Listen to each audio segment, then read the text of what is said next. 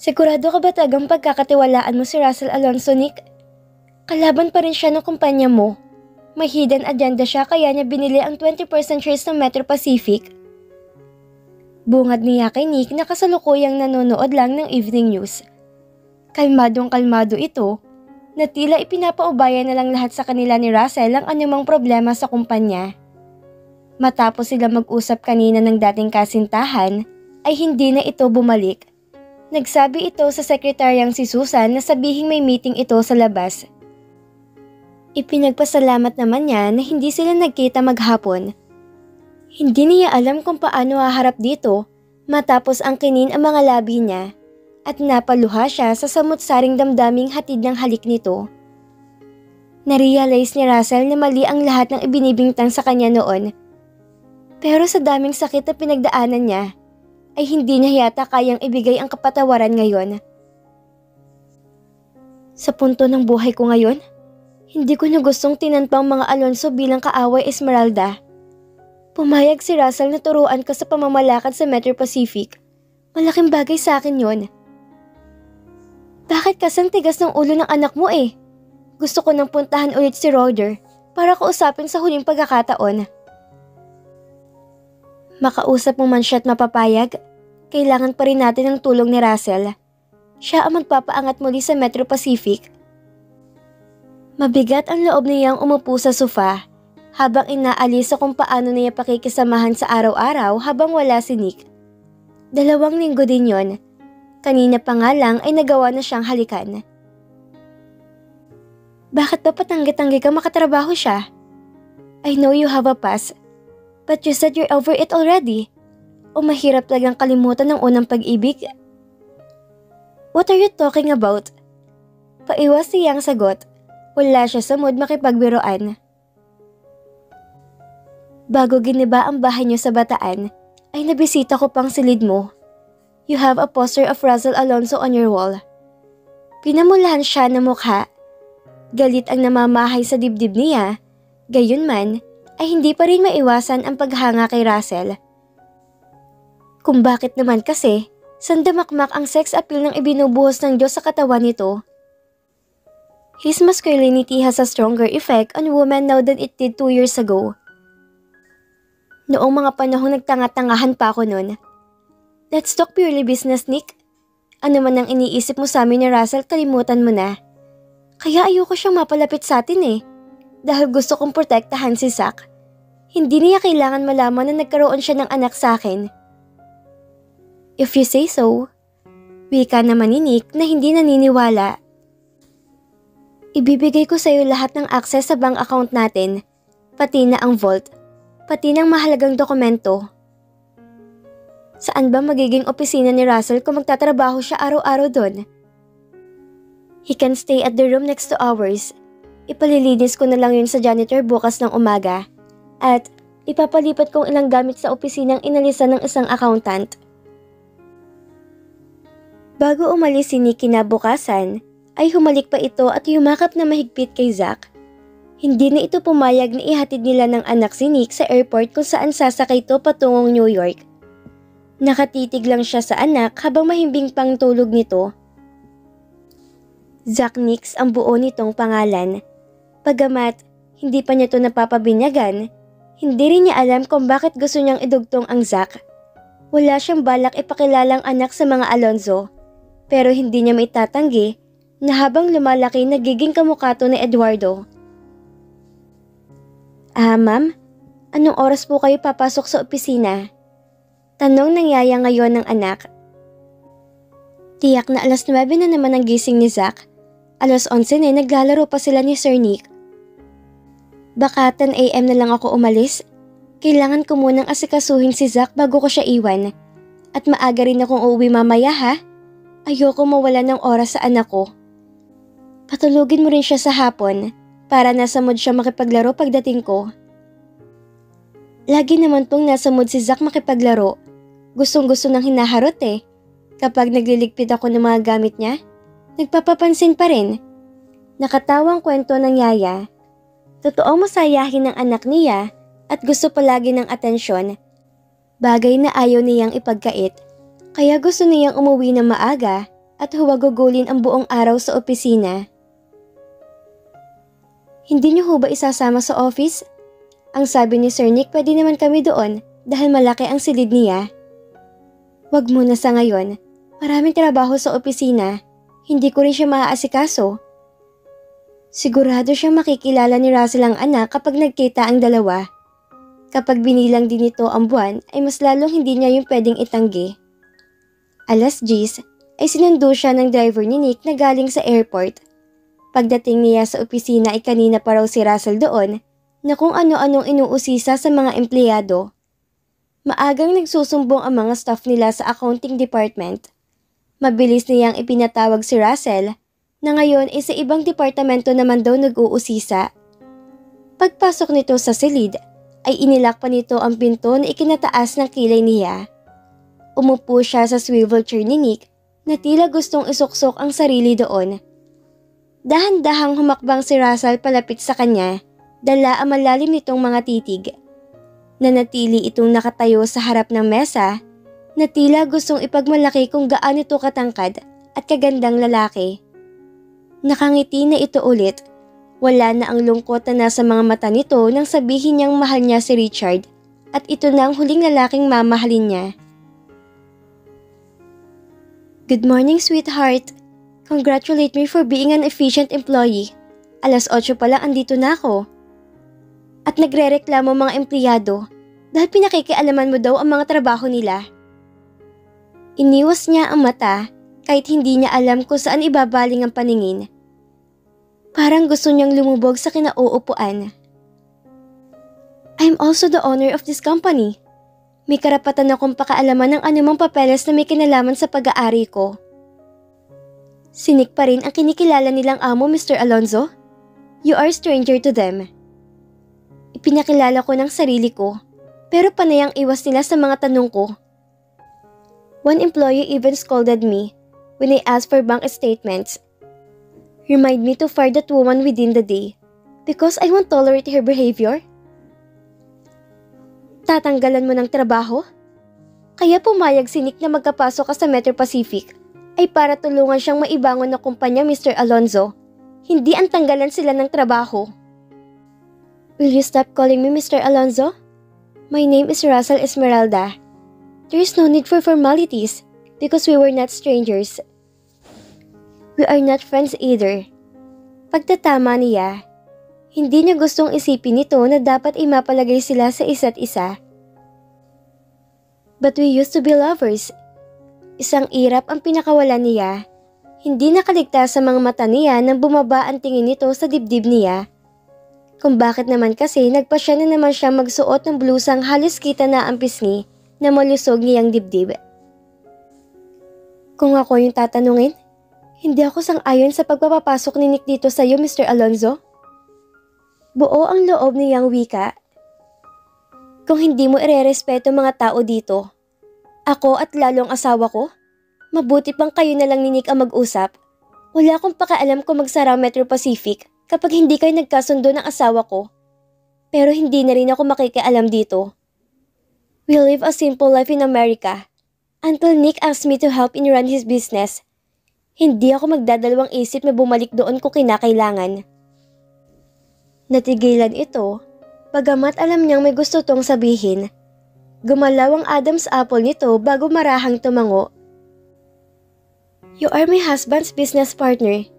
It is just right that you can call me Mrs. Esmeralda Chu. Mrs. Chu if you'd prefer short. Kibit balikat niyang wika. I'm not Esmeralda Gomez anymore, and definitely not your sweetheart. Magandang pagpapakilala sa iyo ng asawa ko. Huwag mo sirain yon, dahil lang sa tingin mo'y mas mayaman ka't makapangyarihan. Humakbang naman ito palapit, saka itinukod ang dalawang kamay sa mesa. Gustong kumunot ang noo niya sa pagkislap ng kung anong butil ng tubig sa mga mata nito. My heart can take seeing her on somebody else's arms. I've made a terrible mistake when I pushed you away. When I've searched for you, it was too late because you had already married Nick. If I could only turn back the time. There is no use crying over spilled milk, Mr. Alonzo. Hindi niya alam kung bakit para siyang nasasaktan sa binitawan nitong salita. Nandito ka para tulungan kaming ibangon ng kumpanya ng asawa ko. Nandito ako dahil gusto kong mapalapit sa iyo ulit kahit hindi na kita pwedeng angkinin. So I would apologize. I can grant your request to call you by other man's name. Please, Mr. Alonzo, if you want us to have a good working relationship, we must ensure that we keep things strictly professional. I love you, Esmeralda. Ano ba, Russell? Alam kong hindi na mahalaga sa'yo mga salitang yan, pero gusto kong malaman mo na hindi madali ang ginagawa kong to. Ang tingnan ka araw-araw na iba ng kasama? That's already a hell for me. Then get out of my husband's property. Walang pumilit sa'yo na magtrabaho dito. Tumayo siya, dala ang galit sa dibdib na pumuno sa dibdib niya. No, you can push me away. Kung kinakailangan kong lumuhod sa harap mo para pumayag kang makasama kita araw-araw, gagawin ko. I will do everything for you to love me again. Si Richard na ang mahal ko. Makikihati ako ng pagmamahal kahit kapatak na lang ang kaya mong ibigay, Esmeralda. Wala nang natira kahit isang patak, Mr. Alonzo. What do you want me to do for you to love me? Save Nick from dying. Mahina na ang puso niya ayon sa doktor. Kaya mo bang palitan ng puso ng asawa ko? Hamon niya. Saglit itong lumunok bago sumagot. Hindi naman pala. Ipahanda mo ang kailangan ng mga doktor para itest compatible kami ni Nick. Itawag mo kay Richard na lilipad ako patungo New York bukas na bukas din. Napadda siya sa kinatatayuan nang tumalikod si Russell. Matapos iwan sa kamay niya ang teleponong nasa lamesa kanina. Seryoso ba itong ibibigay ang puso kay Nick para lang mapatawad niya? How is Nick, Richard? Maayos ba kayo nakarating sa New York? Tanong niya kay Richard nang tumawag ito. Isang oras na ang lumipas mula na mag-usap sila ni Russell. Gusto niyang umuwi na lang dahil wala naman siyang alam gawin sa Metro Pacific ngayong wala si Nick sa tabi niya. Tumuloy kami agad sa ospital dahil nangihina daw siya. Kaagad siyang kinuhanan ng dugo at maya-maya naman ipupuntahan siya ng doktor. Do you need my help? Pwede kami magpunta sa New York ni Zach kung kailangan niyo kami. Si Roger ang kailangan ni Nick. Hindi mo pa rin ba makumbinsing anak niya na magpakita man lang? I will try again. Wait, Russell is calling Nick. Nick cannot attend any phone calls right now. Kasama mo ba si Russell ngayon? No, pero nandito siya kanina sa opisina. I'll take his call. Please hold on. Nanatili siya sa kabilang linya habang kausap ni Richard si Russell sa telepono ni Nick. Sumandal siya sa swivel chair habang nasa balintataw ang muka ng dating kasintahan na kanina lang inakasagutan niya. What? Are you serious? Is this some kind of joke? Ilang segundong patlang ang namayani sa kabilang linya habang nakikinig si Richard sa kausap nito. No, Russell. His doctors don't advise heart transplant. Tila binuhusan ng malamig na tubig ang buo niyang katawan sa narinig. Leukemia ang sakit ni Nick. Hindi lang basta sakit sa puso. Kahit mapalitan mong puso niya, hindi pa rin garantiya na mabubuhay siya ng malusog. Besides, Nick is too old for any surgeries.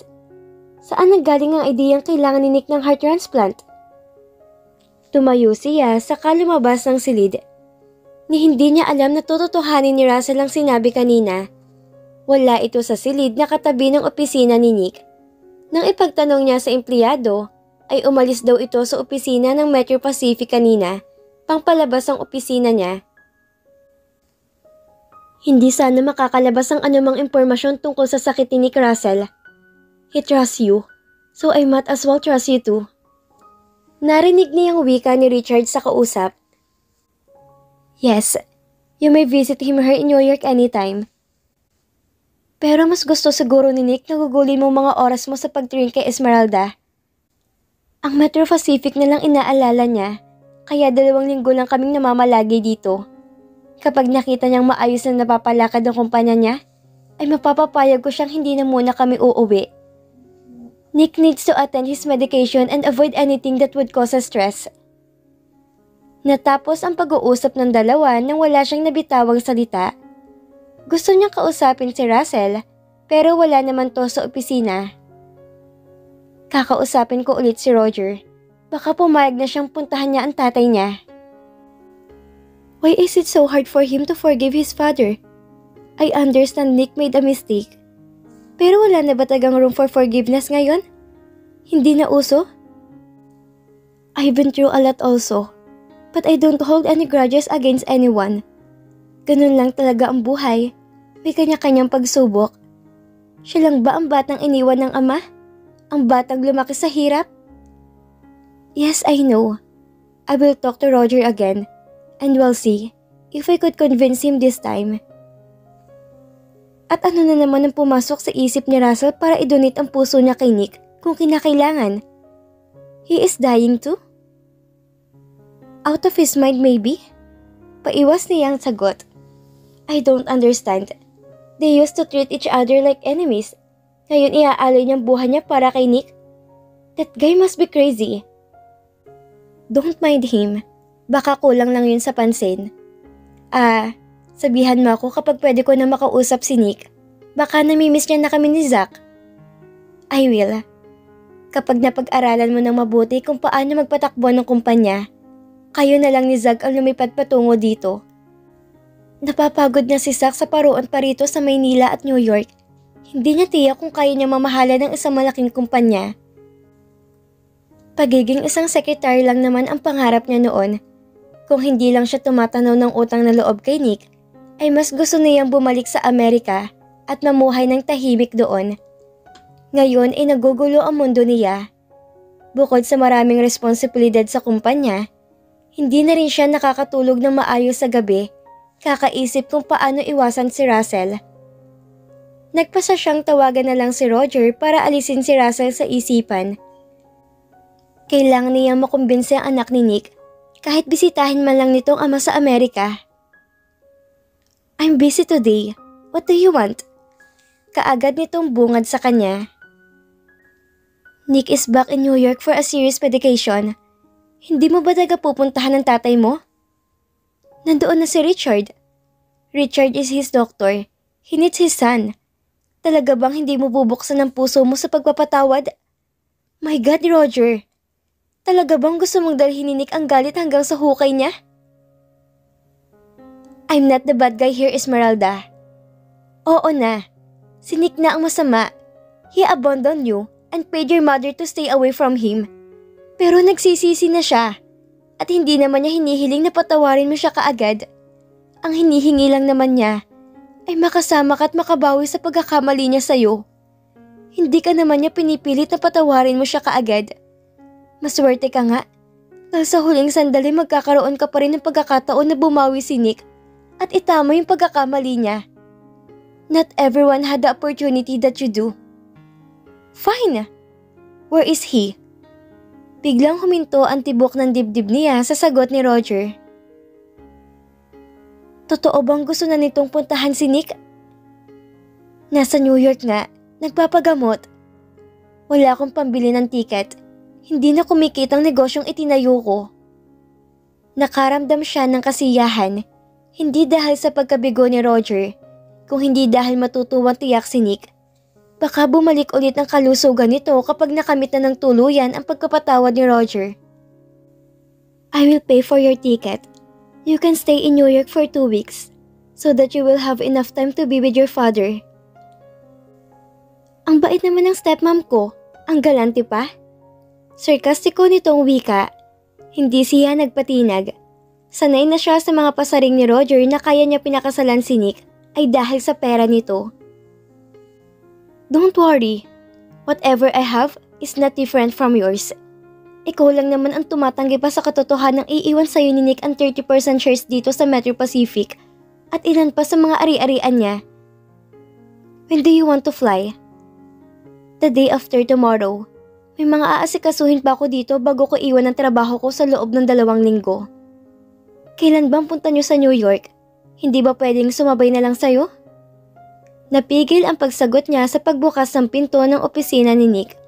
Lumitaw doon ang lalaking gusto sana niyang iwasan.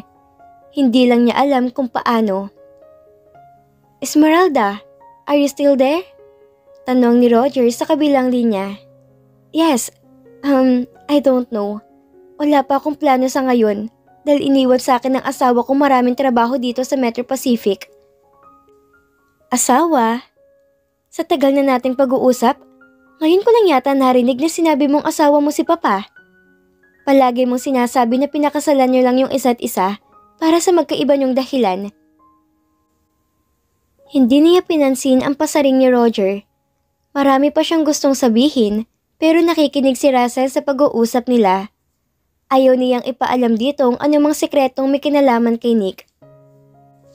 Text me your email address so I can send you the ticket. Pagkagaling mo sa New York, ay kailangan din natin mag-usap para sa magiging papel mo dito sa Metro Pacific. I don't want. Enjoy the trip and see you when you get back. Masarap ka din palang kausap minsan. Nakakawala ng bagot sa buhay. Putol niya sa sasabihin nito. Kung napapayag niya si Roger na puntahan ng tatay nito, malaki din ang posibilidad na tumanggap na ito ng posisyon sa kumpanya kapag nag-offer siya. Is that so? Do you want me to make your life happier? I bet my father isn't capable of satisfying you in bed anymore. Shit you, Roger. Isang tawa ang pinakawala ng binata sa kabilang linya. Tumawa rin siya dahil alam niyang nagbibiro lang naman to. Nagulat siya nang bigla nilang inagaw ni Russell ang telepono mula sa kamay niya.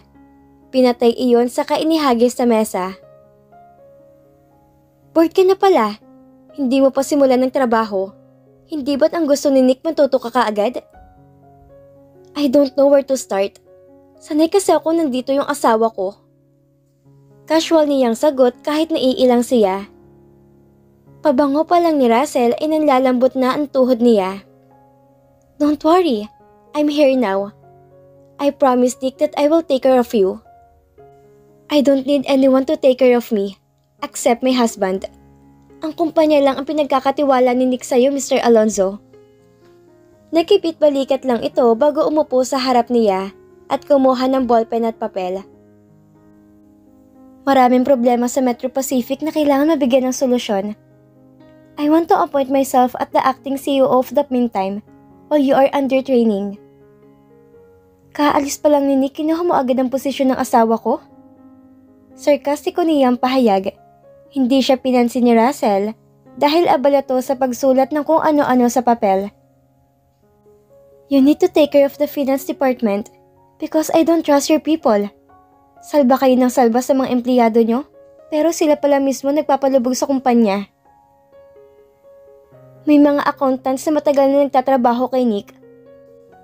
I will appoint you as the head of finance department.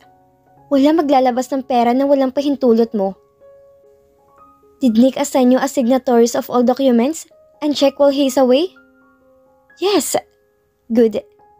Pero bago mo pirmahan lahat ng cheque, kailangan aprobado ko lahat ng vouchers. Magpapadala din ako ng audit team para masimulan ang pag-aayos ng financial report. We will have a meeting with sales department and marketing department tonight. Tonight? Gabi na. Pwede namang ipagpabukas ang trabaho, Russell. Natatawag mo palang pangalan ko kapag nabibigla ka? Isang pilyong ngiti ang pinakawalan nito na isang irap ang pinakawalan niya. But yes, tonight is the meeting, sweetheart. Uso naman ang dinner meeting dito sa syudad. Kailangan nating simulan ang pagbabago kung gusto nating isalba ang kumpanya ng tatay mo. Asawa ko. You never shared a bed, have you? Hindi pa rin mawala ang ngiti sa labi nito na lalo niyang ikinaiinis. Of course we did. 2 taon din kami nagsama. Okay na ba ang dinner meeting natin mamaya? Pagbabalik nito sa usapan nila, I can. Kapag nagpagabi siya, ay mawawalan siya ng oras sa anak niya. Why not? Akala ko ba gagawin mong lahat para sa tatay mo? I need to go home not later than 6 o'clock, Mr. Alonzo. I'm not a workaholic. Kung gusto mong dito na matulog, walang problema. Pero uuwi ako ng maaga. May mahalaga ka bang gagawin sa bahay niyo? Wala naman. Then why it's just that? I don't want to spend too much time with you. Okay na ba yun? Marahan itong tumango, saka tumayo at inilapag ang ballpen sa mesa. I'll see you inside the conference room in 5 minutes, Miss Gomez.